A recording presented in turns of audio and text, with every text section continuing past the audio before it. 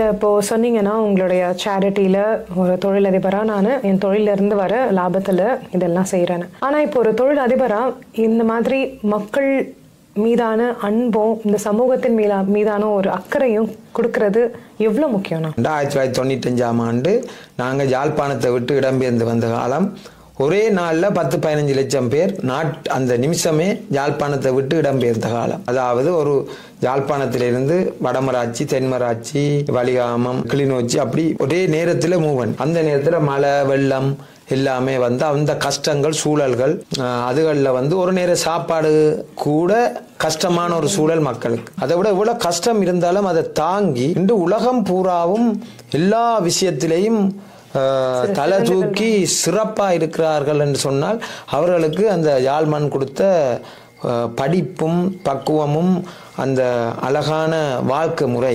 மக்கள் ஒவ்வொரு குடிசையில இருந்தாலும் தெய்வ வழிபாடு இருந்தது. ஒரு சின்ன இடத்துல ஒரு சூளத்தை வச்சோ வேலை வச்சோ தேங்காய் உடைச்சு பொங்கி பிள்ளையாருக்கு அந்த தெய்வ பக்தி இருந்துச்சு. அப்படியே அந்த எங்கட மக்களுடைய இது அந்த சமூகத்துக்கு நான் என்னண்டா, நான் ஒரு காலத்துல நல்லா வந்தால், பொருளாதார இதிலே ஒரு பெரியவரா வந்தால் என்னுடைய சமூகத்துக்கு நான் நல்லது செய்யணும், அள்ளி கொடுக்கணும். நல்ல அப்ப சின்ன வயதிலேருந்தே எனக்கு ஆக்களுக்கு கொடுக்கணும், ஆக்களுக்கு சாப்பாடு வாங்கி கொடுத்து சாப்பிட சொல்லி போட்டு இருந்து பார்க்கணும். ஹாப்பி எனக்கு அந்த ஒரு விருப்பம். தொழில் ரீதியாக பொருளாதார ரீதியாக பணம் வச்சிருக்கிற ஆட்கள் கூட ஒரு நிமிஷம் கூட சிந்திக்க மாட்டார்கள் சமூகத்தை நோக்கி. ஏன்னா இந்த சமூகத்தாலதான் நாங்க இப்படி இருக்கிறோம். ஏன்னா ஒரு சமூகத்துக்கு ஒரு உதவியோ இல்லாட்டி ஒரு சமயம் சார்பாக ஒரு உதவியோ இல்லாட்டி ஒரு நிகழ்ச்சி சம்பந்தமான எந்த ஒரு உதவியுமே செய்ய மாட்டார்கள். உங்களுடைய சமூகத்துக்கு எந்த ஒரு எதிர்பார்ப்பும் இல்லாம தொடர்ச்சியா செய்தோன்னு தான் பாரன். அன்றும் செய்தனா இன்றும் செய்த இனியும் செய்வேன், என்னுடைய சந்ததியும் செய்யும். அப்ப அது எங்களுடைய சமூகத்துக்கு நாங்கள் செய்யணும். உங்களை அப்பதான் ஒரு ஆக்கள் படிப்படியா எங்களுடைய இனம், அதுவும் தமிழினம் என்றது ஒரு சாதாரண இனம் இல்லை, உலகை ஆண்ட இனம், சிறந்த இனம். மற்றது மொழி அன்பாக பேசக்கூடிய மொழி, எல்லா விதத்தாலும் பக்குவமாக பேசக்கூடிய மொழி, எந்த கோவக்காரனையும் அன்பாக்கக்கூடிய மொழி வேற எந்த ஒரு மொழியாலே மேலா. அப்படிப்பட்ட அன்பான மொழியும் அன்பான இனமும். அதனால அவர்களுடைய இதுல நான் மிகவும் அவர்களுக்கு உதவி செய்ததில்லை, நான் பின்னிக்கிறதுக்கு என்றுமே. நீங்க இப்படி ஸ்ரத்தையா நீங்க பண்றதுனால இயற்கையே உங்களோட கூட நின்று நீங்க பண்ற விஷயத்த இன்னும் மென்மையில பன்மடங்கு பண்ண வைக்கதான் நினைக்கிறேன். ஆனா இவ்வளோ பெரிய தொழில் ராஜாங்கத்தை பில் பண்றதுக்கு நீங்க எவ்வளோ சேலஞ்சஸ் கண்டிப்பா ஃபேஸ் பண்ணியிருப்பீங்க. ஸோ அந்த தடைகளுக்கான பாதை என்னென்ன தடைகள்லாம் நீங்க ஃபேஸ் பண்ணீங்க, அதை எப்படி நீங்க ஓவர் கம் பண்ணீங்க? இந்த தங்கச் சுரங்கம் இன்றைய வெற்றிகரமாக இருப்பதற்கு காரணமும் எனக்கு ஏற்பட்ட தடைகள்.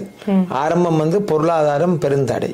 அப்ப அந்த பொருளாதாரம் என்ற அந்த தடை இருந்த நேரம் என்னுடைய நம்பிக்கை, நாணயம், என்னுடைய செயல்பாடு ஒரு நண்பர்கள் கூடாக அந்த பொருளாதாரத்தை ஈஸியாக எனக்கு அந்த கடவுளுடைய அனுக்கிரகம். அப்ப அந்த தடங்கள் பொருளாதாரம் முதலாவது தடை. இரண்டாவது, இப்ப நாங்கள் இன்றைக்கு நேற்று வந்தோம்ல பழைய ஆக்கள், இது சம்பந்தமான எங்களை தொழிலில் இருக்கிற ஆக்களுக்கு அந்த போட்டி பொறாம ஆட்டோமேட்டிக்கா ஒரு மனிதனுக்கு ஏற்படும். ஆனா தெய்வ பக்தியோட இருக்கிறவனுக்கு போட்டி பொறாம வராது. ஏன்னா அவனுக்கு கடவுள் நம்பிக்கை இருக்கும், கடவுளை பிரார்த்திக்க அவனுக்கு தெரியும் நான் கடவுளோட இருக்கிறேன், எனக்கு செய்ய வேண்டியதை ஆண்டவன் செய்வான். மற்றவனை பற்றி பொறாமப்பட்டு மற்றவன் அப்படி இருக்கிறான், மற்றவன் வளர்றான் என்று பொறாமப்பட்டா அந்த கர்மா அவையே அப்படியே தாளத்துல போட்டுக்கொண்டு தான் போகும். எந்த கடையில கொண்டு பழக்கி என்னுடைய கடையில நின்று எந்த கடையில இருந்து வெளியில போனாக்களே 7-8 கடை நான் கடை திறந்துருக்கிறாங்க. ஆனா எல்லாருக்குமே தெரியும் என்னுடைய ரங்கநாத் யூனிவர்சிட்டி தான் சொல்லுவாங்க. ஒரு நாட்டை காக்கிறதும் ஒரு நகை வியாபாரத்தை காக்கிறதும் உண்டு. தடங்கள் எவ்வளவோ ஏற்படும், எவ்வளவு போட்டிகள் வந்தது, பிரச்சனைகள் வந்தது, எல்லாத்தையும் தாண்டி நான் இன்றைக்கு நிக்கிறது காரணமே என்னுடைய ஆளுமை, என்னுடைய தெய்வ பக்தி, என்னுடைய தகப்பன் ஆரம்பத்தை கட்டமைத்து விட்டதால் அதை நாங்கள் சரியாக அதே வாழையடி வாழ. அதுதான் என்ன தடங்கள் வந்தாலும் நீங்க நினைக்கிற விஷயமும், நீங்க எந்த விஷயத்தை ஆசைப்படுறீங்களோ, எந்த விஷயத்தை நீங்க நோக்கி புடப்படுறீங்களோ அதுல நீங்க என்றைக்குமே சோரக்கூடாது. எவ்வளவு பேர் அதை சொல்லி இதை சொல்லி அதை உங்களை சோர்வடைய வச்சு மனச்சஞ்சலப்படுத்தி வெளியில கொண்டு வந்துருவாங்க. சோறவே கூடாது. நீங்க டைமிங்க காவ் பண்ணுங்க. இத்தனை மணிக்கு கிளம்பணும், இத்தனை மணிக்கு இதை செய்யணும், இதை எப்படி செய்யணும், இதை எப்படி கொடுக்கணும்ன்ற டைமிங்க நீங்க சரியா கொண்டு வந்தீங்கன்னு சொன்னா வெற்றி கட்டாயம் இருக்கு. எல்லாத்திலையும் வெற்றி கிடைக்கும். அதுல நான் அதை அனுபவிச்ச ஒரு ஆள் என்ற படியாலையும் என்னுடைய நான் சிறுவயதிலிருந்து இந்த வரைக்கும் என்னுடைய பழைய நண்பர்களுக்கும் எல்லாருக்கும் தெரியும் எப்படியான முறையில நான் செயல்படுறேன். அதுதான் இந்த என்ன தடங்களும் இப்படியான பெருந்தடங்கள் வந்தாலும் இதனால் உங்களை எவருமே ஒண்ணுமே செய்ய முடியாது. வெற்றி தான் என்றுமே வெற்றி. சூப்பர்ண்ணா, சூப்பர்ண்ணா. இன்னும் ஒரே ஒரு கேள்வி நான் எனக்கு இப்ப தோன்றது கேட்கிறேன்னா, தொழில்ல எல்லாருமே வெற்றி காணலாம். இப்போ ஒரு சின்ன பயம் இல்லை தயக்கம் அந்த வெற்றி கண்ட தொழிலதிபர்களுக்கு நான் சில பேர் சந்திக்கும் போது பார்த்ததில்ல. இப்போ நம்ம சமூக ஆர்வம் கொண்டு ஒரு விஷயம் சமூக சேவை ஒரு எடுத்து பண்ணுறோம். ஸோ அப்படி பண்ணும்போது மக்கள் உங்கள் தொழிலுக்காக தான் இந்த சமூக சேவைகள்லாம் பண்ணுறீங்க அப்படின்னு அந்த பிம்பம் ஏற்பட்டுருமோ அப்படின்ற அந்த பயத்தினால சில தொழிலதிபர்கள் அவங்களுக்கு பண்ணணும்னு விருப்பம் இருந்தால் கூட பண்றதுக்கு முன் வர மாட்டேங்கிறாங்க. ஸோ அப்படி இருக்கும்போது அந்த தடையை எப்படி தாண்டி இதை நீங்க சரியான ஒரு கேள்வி, ஒரு முக்கியமான ஒரு கட்டத்தில் கேட்குறீங்க. இதை நான் ஆரம்பத்தில் செய்து கொண்டு போக இவ்வளவு பேர் சொன்னவே வியாபார விளம்பரத்துக்காக செய்கிறார், தன்னுடைய பேருக்காக செய்கிறார் என்று இவ்வளவு விஷயங்களை சொல்ல அதாம் இதாம் என்று சொல்லி என்ன ஒன்றும் செய்ய விடாமத்தான் ஆக்கள் தடுத்து நிறுத்தினவர்கள். மற்ற எனக்கு கோபங்களை உண்டு பண்ணினார்கள், அப்படி இப்படி அது இதுண்டு. அதையும் நான் பொருட்படுத்தாமல் என்னன்னு சொன்னால் ஒரு மக்களுக்கு ஒரு சமூகத்துக்கு நான் செய்யணும் என்ற ஒரு முடிவு எடுத்ததுக்கு பிறகு யாராலும் அதை மாத்தல நான் அதை பின் நகர்த்தினா அண்டைக்கு ஒரு ஆள் சாப்பிடாம இருக்கும். இல்லாட்டி அண்டைக்கு ஒருத்த மற்றவருடைய கதைகளும் மற்றவருடைய எதிர்ப்பாலையும் என்னுடைய மக்களுடைய ஒரு உலர் உணர்வு நான் கொடுக்காவிட்டா அதனால நான் வருஷம் முன்னிட்டாலும் ஒரு ஆளுக்கு கொடுக்குறே இல்லை. அந்த நிமிஷம் நான் ஒரு ஆளுக்கு செய்யாமட்டா அண்டைக்கு ஒரு ஆள் பட்டினியா இருக்கலாம். அப்ப இப்படியே நான் யோசிச்சு பார்த்தேன். இப்படியே எல்லாரும் ஒதுங்கி எங்கட மக்களுக்கு யாருமே செய்யல. ஒரு ஆள் ஒன்று நல்ல செய்யப்படா ஓகே இவர் காசு இருக்கு செய்யறார், இவர் உழைக்கிறார் செய்யறார். இப்படியே எல்லாரும் சொல்லி சொல்லி சொல்லி சொல்லி எங்கட சமூகத்துல எங்கட தமிழர்களுடைய பிரச்சனையே முக்கியமா இப்படியான பிரச்சனை. அதுல இருந்து நாங்க அதை கணக்கெடுக்க கூடாது. எங்கட மனசுக்கு சரியா எது தோன்றுது நான் செய்யணும்னு முடிவெடுத்தேன்லோ அதை செய்யணும். அது வீடா இருந்தாலும் சரி, மக்களா இருந்தாலும் சரி, நாடா இருந்தாலும் சரி, எதற்குமே கலங்கக்கூடாது. எதிரிகள் வருவார்கள், அன்பாக பேசி அனுப்பணும்.